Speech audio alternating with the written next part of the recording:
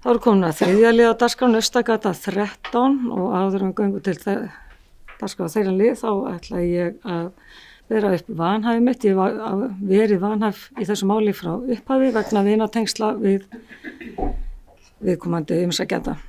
Þeir sem geta samþykkt það, gefur merki. Það eru öll, takk fyrir það.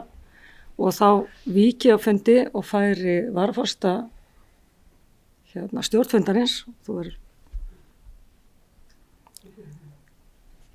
Þú þarft svo að fara upp og bera upp vanhæfi.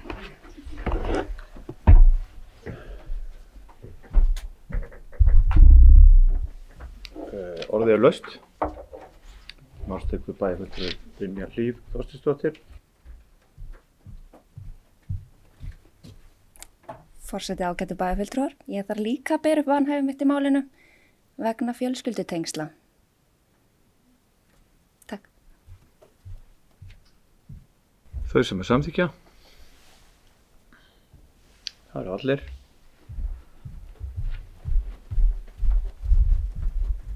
Ég ætla að biðja bæjarfulltrúa Sunnu Jóhannesdóttir að taka stjórn af fundinum í sínu sæti, hann þarf ekkert að færa sig og gefa mér orðið. Bæjarfulltrúi Heimir Örn tekur til máls.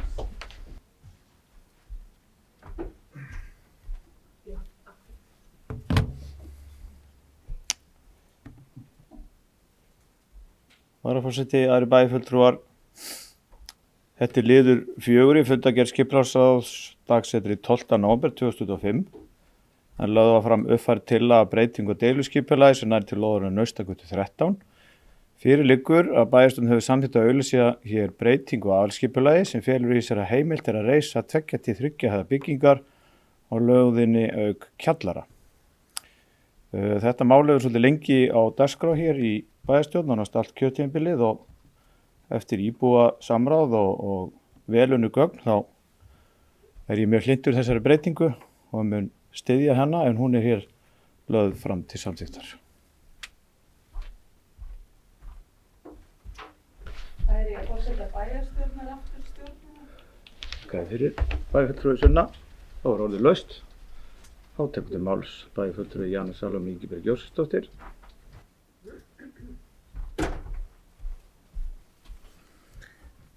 Forseti ágætu bæjarfulltrúar, ég er greinilega mjög spennt að ræða þetta mál. En hér er komið mál sem hefur verið lengi í kerfinu og farið fram og tilbaka. Ýmislegt hefur gerst á þeim tíma sem óþarfi er að rekja í löngu máli. En samþykkt var að lóðarhafi fengi að koma með tillögu á breytingu á deiluskipulagi. Ég kem til með að sitja hjá í þessu máli og vil gera grein fyrir því hvers vegna. En ég sett stórt spurningamerk við það að síðan lóðarhafi fekk lóðina árið 2017, ef ég man rétt, þá er búið að auka byggingamagn sem nemur 3500 fermetrum. Upphaflega var gert ráð fyrir að byggingamagn væri 975 fermetrar. Fyrir mitt leyti get ég ekki séð að þetta sé eðlileg stjórnsýsla þó það hafi verið þörf á að deiluskipuleggja þessa tilteknu lóð upp á nýtt. Ég hefði þá talið eðlilegt að auglýsa lóðina sem ákveðin þróunarreit með ákveðinu hámarki á byggingamagni. Því legg ég fram eftirfarandi bókun. Ég get ekki samþykkt þessa breytingu á deiluskipulagi þó í grunninn sé ég sátt við hvernig skipulagi lítur út núna.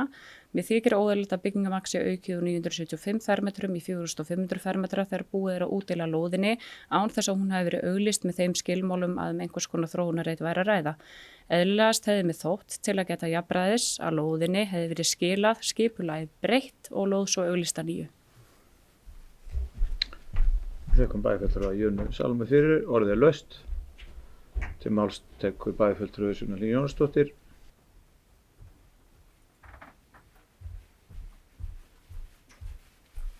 Forseti ágætu bæjarfulltrúar, ég get í raun tekið undir orð bæjarfulltrúa Jönu Salóme þar sem að ég sat hjá sínum tíma þegar við ákveðum að þessi verktaki fengi að halda lóðinni og nú er það búið að vera í rauninni næstum allt kjörtímabilið með alls konar vendingum en ég samþykti samt sem áður að auglýsa breytt skipulag á aðalskipulagi þar sem að við vorum hvað sem er búin að gefa þessum aðila leyfi til að halda áfram með málið en það er deiluskipulagi sem sagt er að vefjast fyrir mér út af bílastæðamálum. Ég hef alltaf verið fylgjandi því að breyta skipulagi á þessari lóð, hún er ekki að fara eins og hún var skipulögð, en eins og ég skil ákall íbúa þarna þá það eftir fjölbreyttri þjónustu og ég held að við séum pína að vinna gegn okkur með þessum, ekki kannski fjölda bílastæði heldur hversu fá þau eru.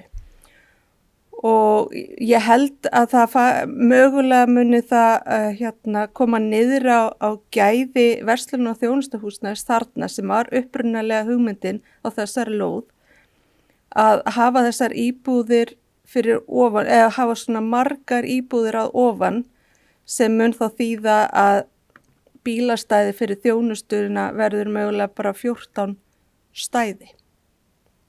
Miða við 1 á hverja 75 fermetra. Þannig að ég ætla að sitja hjá þó að ég samþykki breytingu á aðalskipulagi þá finnst mér að þurfi aðeins að vinna betur í deiliskipulaginu. Þannig ég ætla bara að leggja fram bókun, Sunna Hlín Jónsdóttir B-lista bókar. Það hefur verið sterkt ákall frá íbúum Nausta og Hagahverfis að fá meiri líf, störf og þjónustu í hverfin. Ég hef því verið mjög jákvæð gagnvart því að breyta skipulagi þessara lóðar til að mæta þessum óskum.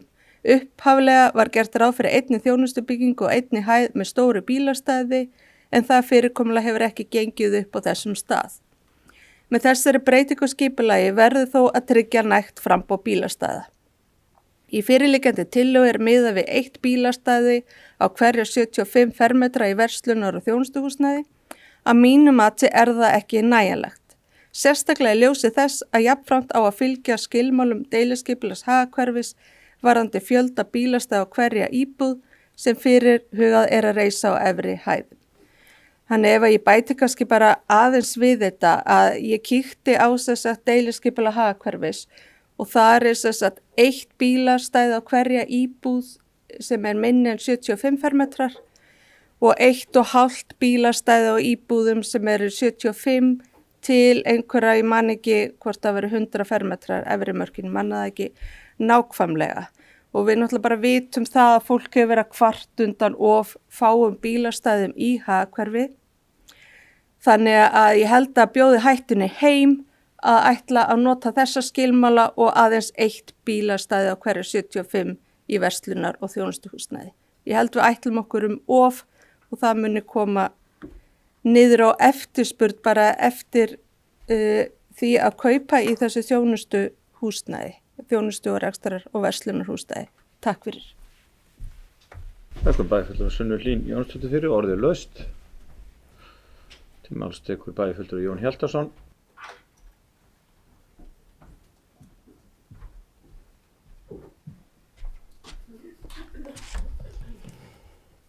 Forseti, aðrir bæjarfulltrúar, ég skal viðurkenna það að í aðdraganda þessa máls hef ég oft lent í andstöðu við sjálfa mig. Ég get tekið undir eitt og annað sem Jana Salóme áréttaði hér áðan. En nú ætla ég að horfa framhjá bæði aðdraganda og fjölda bílastæða og velta eingöngu fyrir mér umfangi byggðar, hæð, hús sem þarna, eða hús A sem á að reisa. Það kom tillaga og náði býsna langt að þetta mætti fara 5 hæðir upp í loftið sem ég var eindregið hlynntur. Og þegar við erum að ákveða hæð húsa að þá getum við ekki farið eftir einhverju fyrirframgefnu sem afskaplega óljóst í mörgum tilvikum þegar við höfum verið að ákveða hvað ætti að vera hátt út í hverfum, þá höfum við eiginlega bara sett puttan upp í vindinn og einhvern veginn meti það eftir því. Það skal grípa tækifæri bara til að reyna að útskýra hvernig við eigum að hugsa þetta. Þarna eigum við að reisa 5 hæðir. Húsið á eyju, tiltölulega langt frá öðrum byggingum. Það tekur vissulega útsýni af húsum, af blokkum sem þarna eru fyrir norðan, en ekkert af þeim sem eru fyrir sunnan. Því þar eru stigagangar út í norður og þær byggingar eru álíka háar.